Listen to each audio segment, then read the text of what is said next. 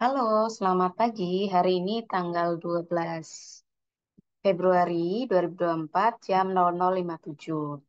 Pada video kali ini saya akan membahas materi terkait dengan EBIT, kemudian EBT, sama laba neto ya, sama laba neto.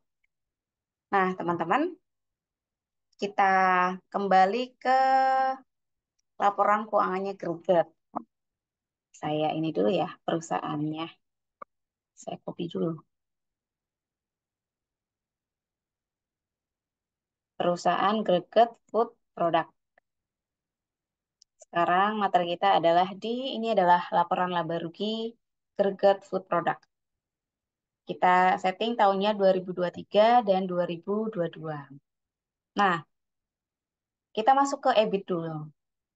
EBIT kalau kita lihat itu merupakan singkatan dari Earning Before Interest and Tax.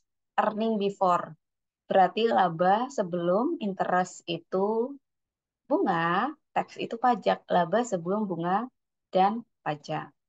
Nah, teman-teman mungkin sudah pernah belajar bagaimana sih kita menghitung laba gitu ya.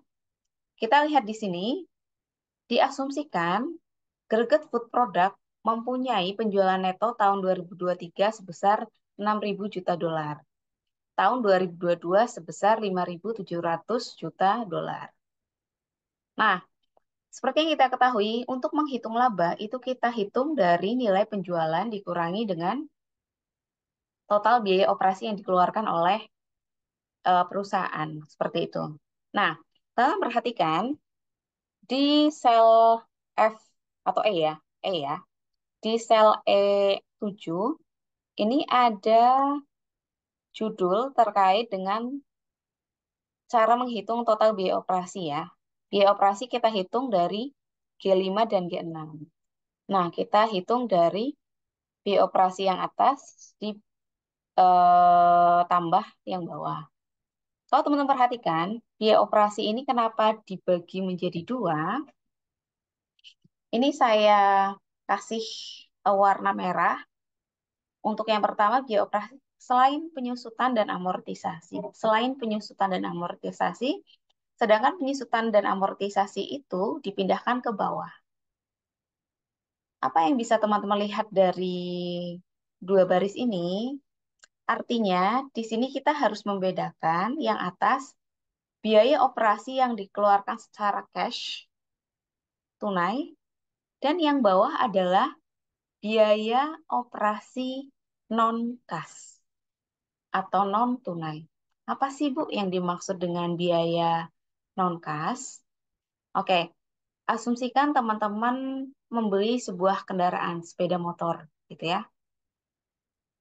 Misalkan tahun 2018 teman-teman membeli sepeda motor harganya 20 juta.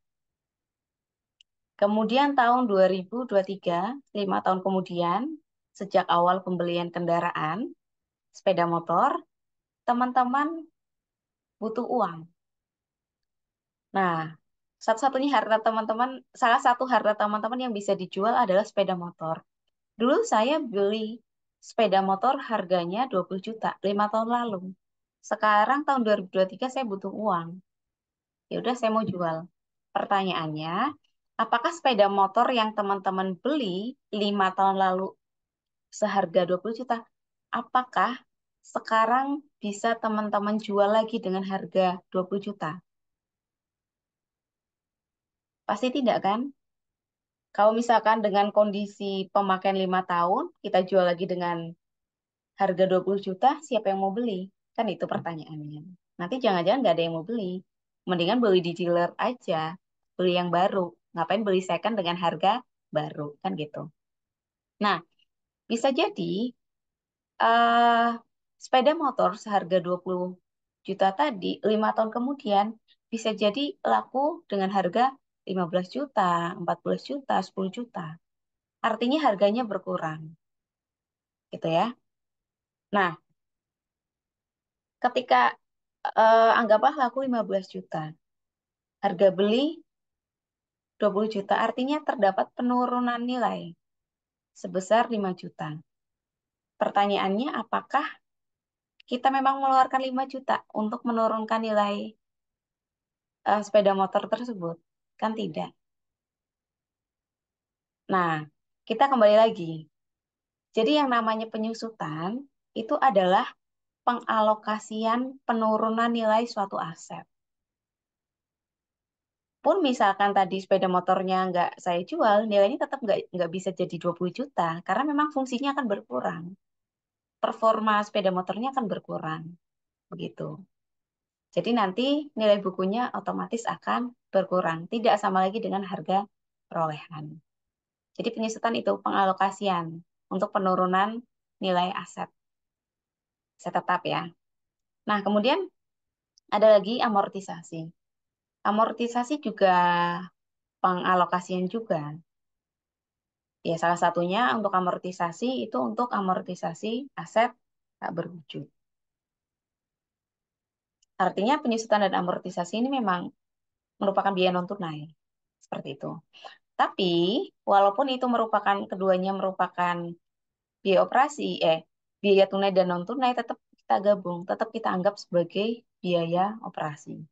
Sehingga EBIT kita bisa hitung dari penjualan neto dikurangi dengan biaya-biaya baik yang dikeluarkan secara cash maupun yang tidak dikeluarkan secara cash atau tunai. Sehingga di sini laba operasi atau laba sebelum bunga dan pajak itu ketemu 5, 6, 7, 60. Dari sini gitu ya, dikurangi dengan ini. Ketemulah 5, 6, 7, 60. Begitu juga ya untuk yang tahun 2022.